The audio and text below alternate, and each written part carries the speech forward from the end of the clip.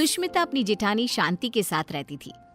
दिखाने को दोनों देवरानी जेठानी एक दूसरे से बहुत प्यार करती थी, लेकिन देवरानी जेठानी के बीच की लड़ाई उन दोनों के अलावा अगर कोई जानता था तो वो थे उनके पति। उन दोनों में हमेशा ही लड़ाई होती रहती थी, कभी खाने को लेकर तो कभी कपड़े को लेकर। ऐसे ही एक दिन सुष्मिता का पति वरुण अपनी पत्नी और अपनी भाभी शांति से कहता है, सुष्मिता भाभी और भैया, मैं सोच रहा था कि इस घर में एक नौकर रख लेते हैं, क्योंकि इस बड़े से घर में मेरी भाभी माँ और मेरी प्यारी पत्नी के अलावा और कोई नहीं रहता। इस घर की सफाई करने में इन दोनों का कितना समय बीत जाता है, ये हमारे लिए खाना कैसे बना पाएंगी। तो मैं सोच रहा हूँ कि इस घर में एक नौकर को ले आता हूँ। वरुण, आइडिया बुरा नहीं है, लेकिन इन दोनों का झगड़ा देखकर मुझे लगता है कि हमें 2 नौकर रखने चाहिए। भैया, इतना बजट कहाँ है कि हम 2 नौकर रख सके। अरे आजकल नौकर कितने महंगे हो गए हैं। ये बात तो है। ठीक है, फिर 1 नौकर रख लेते हैं। हाँ, इस घर में नौकर ले आओ, लेकिन 1 नहीं 2, क्योंकि जो नौकर मेरा काम करेगा, मैं नहीं चाहती कि वही नौकर मेरी जेठानी का भी नौकर बनकर रहे। हाँ, मैं भी नहीं चाहती कि मेरा नौकर तेरा काम करे। हाँ, तो कह दीजिए ना जेठ जी को कि आपके लिए भी नौकर ले आए वो। हाँ, मेरा पति मेरे लिए नौकर तो ले ही आएगा ना, क्यों नहीं लाएगा। इस तरह दोनों के बीच एक बार फिर से झगड़ा हो जाता है। ये देख वरुण और विक्रम उन दोनों की लड़ाई में ना पड़ते हुए अपने अपने काम पर निकल जाते हैं, और काम पर जाते जाते दोनों भाई आपस में एक दूसरे से बात करते हैं।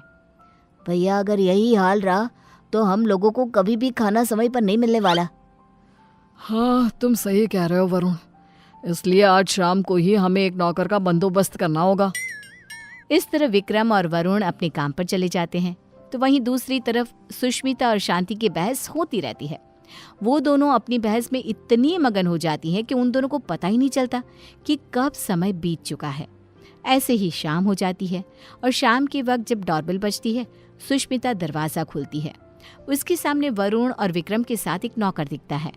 उस नौकर को देखकर सुष्मिता वरुण से कहती है, अरे वाह वरुण जी, आप तो आज सुबह नौकर की बात कर रहे थे, और देखो शाम को आप नौकर भी ले आए अपने साथ। पति हो तो ऐसा, वरना ना हो। सुष्मिता की बातें सुनकर शांति का गुस्सा 7वें आसमान पर पहुंच जाता है, जिसके बाद वो अपने पति के ऊपर चिल्लाते हुए कहती है, अजी आप क्यों नहीं लेकर आए? आपको दिखाई नहीं देता मैं कितनी थक जाती हूँ? अरे भाग्यवान, इस नौकर को मैं और वरुण हम दोनों ही लाए हैं। श्याम लाल किसी एक की चाकरी नहीं करेगा, बल्कि वो पूरे घर की सेवा करेगा।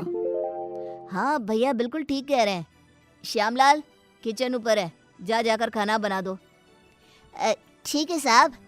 श्यामलाल किचन में जा ही रहा था कि तभी शांति उसे रोकते हुए कहती है, अरे श्यामलाल, पहले तुम मेरा और विक्रम जी का खाना बना देना। इन दोनों को क्या है, इन दोनों का आराम से बनाते रहना, क्योंकि ये लेट नाइट्स होते हैं। ठीक है मैम साहब। अरे ऐसे कैसे? श्यामलाल, पहले तुम मेरा खाना बनाओगे। बेचारा श्यामलाल उन दोनों की बात में फंस जाता है। वो सर पर हाथ रखकर बैठ जाता है, क्योंकि उसे समझ में ही नहीं आ रहा था कि पहले किसका खाना बनाया जाए। ये देख अब विक्रम श्यामलाल का समय फिक्स कर देता है, और अपने समय अनुसार श्यामलाल अपना काम करता है। कुछ दिन तो घर में शांति का माहौल बना रहता है, लेकिन एक दिन श्यामलाल कपड़े धोने के लिए सुष्मिता के पास जाता है और उसे कहता है, मेम साहब, कपड़े धोने के लिए हैं तो आप मुझे दे दीजिए, मैं अभी आपके कपड़े धो देता हूँ। उसकी बात सुनकर शांति आती है और उसके ऊपर चिल्लाते हुए कहती है, श्यामलाल, तुम पहले मेरे कपड़े धोगे। अगर तुमने मेरे कपड़े नहीं धोए तो मैं तुम्हें नौकरी से निकाल दूंगी। जी, नाम तो आपका शांति है, लेकिन आपके अंदर ना शांति नहीं है बिल्कुल भी। अरे इस समय वो मेरे कपड़े धोएगा। हाँ, श्यामलाल उन दोनों की बातें सुनकर फिर से एक बार फंस जाता है। दुखी होते हुए कहता है, मेम साहब, आप दोनों ही मुझे अपने कपड़े दे दीजिए, मैं एक साथ कपड़े धो दूंगा। नहीं, हमारे कपड़े एक साथ नहीं धुलेंगे। नहीं, हमारे कपड़े एक साथ नहीं धुलेंगे। उनकी बात सुनकर श्यामलाल बेचारा एक बार फिर कंफ्यूज हो जाता है, और वहां से मुंह लटकाए नीचे किचन में जाकर काम करने लगता है। ऐसे ही समय बीतने लगता है, और एक दिन श्यामलाल शांति के कमरे में कुर्सी पर खड़ा होकर पंखे को रगड़ रगड़ के साफ कर रहा था। ये देख सुष्मिता नौकर के ऊपर चिल्लाते हुए कहती है, श्यामलाल, तुमने आज तक इस तरह से मेरे कमरे की सफाई तो नहीं करी। अरे ऐसी कौन सी मेहरबानी करी है जेठानी जी, जो तुम उनके कमरे की इतने अच्छे से सफाई कर रहे हो। श्यामलाल कुछ बोलता तभी शांति आ जाती है और सुष्मिता को जवाब देते हुए कहती है, देवरानी जी, आप कुछ नहीं बोल सकती क्योंकि अभी आपके कमरे की सफाई का समय नहीं आया है, तो आप मेरे कमरे में आकर अपना लेक्चर मत दो श्यामलाल को। सुष्मिता मुंह बनाते हुए वहां से अपने कमरे में चली जाती है। कुछ समय बाद श्यामलाल सुष्मिता के कमरे की सफाई करने आता है। सुष्मिता श्यामलाल से अपने दरवाजे को भी घिसवाती है और अपने शीशे को भी चमकवाती है। कभी अपने कमरे के फर्श को अच्छे से रगड़वाती है और इस तरह श्यामलाल पूरी तरह से फंस जाता है। उसे समझ में ही नहीं आ रहा था कि इन दोनों को कैसे संभाला जाए, लेकिन वो बेचारा करता भी क्या, मजबूर था। ऐसे ही एक दिन श्यामलाल बाजार से सब्जियां लेने जा रहा था, तभी वो खुद से कहता है, क्यों ना मैं एक ही समय पर दोनों मेम साहब की सब्जियां ले आऊं और दोनों को अलग अलग समय पर दिखा दूंगा कि मैं अलग समय पर यही सब्जियां लेकर आया हूँ। यही ठीक रहेगा। इस तरह श्यामलाल सब्जियों को लेकर आ जाता है, लेकिन जैसे ही वो घर में घुसता है वैसे ही उसके सामने सुष्मिता और शांति खड़ी होती है। ये देख श्यामलाल के पसीने छूट जाते हैं। ये देखकर सुष्मिता कहती है, क्यों श्यामलाल, तुम्हारे पसीने क्यों छूट रहे हैं? तुमने कोई गलत काम किया है क्या?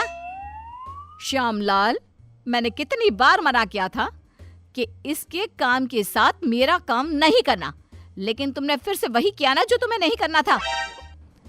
इस तरह दोनों अब श्यामलाल को खरी खोटी सुनाने लगती है और इतना सुनने के बाद कोई नौकर उनके घर में काम कर ले, ऐसा तो हो ही नहीं सकता। इसलिए श्यामलाल ने जवाब देते हुए उन दोनों से कहा, मेम साहब माफ करना, लेकिन मैं आपके घर में और काम नहीं कर सकता क्योंकि एक ही काम दो बार करना बड़ा ही मुश्किल हो जाता है। अरे तो क्या तुम उसके पैसे नहीं ले रहे हो? उसकी ये बात सुनकर बेचारा श्यामलाल चुप हो जाता है और ना चाहते हुए भी उन दोनों का काम करना पड़ता है। अलग अलग समय पर एक ही काम 2 बार करता हुआ खुद को देख वो बहुत परेशान होता रहता है। परेशान होकर विक्रम और वरुण के पास जाता है और कहता है, साहब मैं और काम नहीं कर सकता, यहाँ एक ही काम 2 बार करना पड़ता है। अरे एक काम अगर कोई 2 बार करेगा तो परेशानी हो जाएगा ना, इसलिए मैंने अब ठान लिया है कि इतने कम पैसों में मैं नहीं काम करने वाला। अगर आपको काम करवाना है तो आप किसी दूसरे नौकर को ढूंढ लो। मैं तो यही सलाह देना चाहूंगा कि आप दोनों अपनी अपनी पत्नियों के लिए अलग अलग नौकर रखना, वरना उस बेचारे का भी मेरे जैसा ही हाल हो जाएगा। इतना कहकर श्यामलाल उनकी नौकरी उनको ही सौंप कर चला जाता है। इस तरह बेचारे वरुण और विक्रम परेशान हो जाते हैं। कुछ समय बाद उन दोनों की पत्नियां हॉल में आती है और अपने पतियों से कहती है, अरे श्यामलाल कहाँ है? अरे श्यामलाल कहाँ है? दोनों भाई एक दूसरे की तरफ देखते हैं और कहते हैं, वो काम छोड़कर चला गया। तुम दोनों ने उसके नाक में दम कर रखा था। अच्छा, तो हम लोगों ने उसके नाक में दम कर रखा था तो तुमने उसको निकाल दिया ना, तो अब इस घर का काम तुम लोग ही करोगे। हाँ, मेरी देवरानी बिल्कुल सही कह रही है, अब इस पूरे घर का काम तुम लोगों को ही करना होगा। इतना कहकर दोनों देवरानी जिठानी चली जाती हैं। अब बेचारे वरुण और विक्रम दोनों को ही घर का काम करना पड़ता है। घर की सफाई, कपड़े धोते, बर्तन धोते और खाना बनाने के बाद बेचारे दोनों ऑफिस जाते।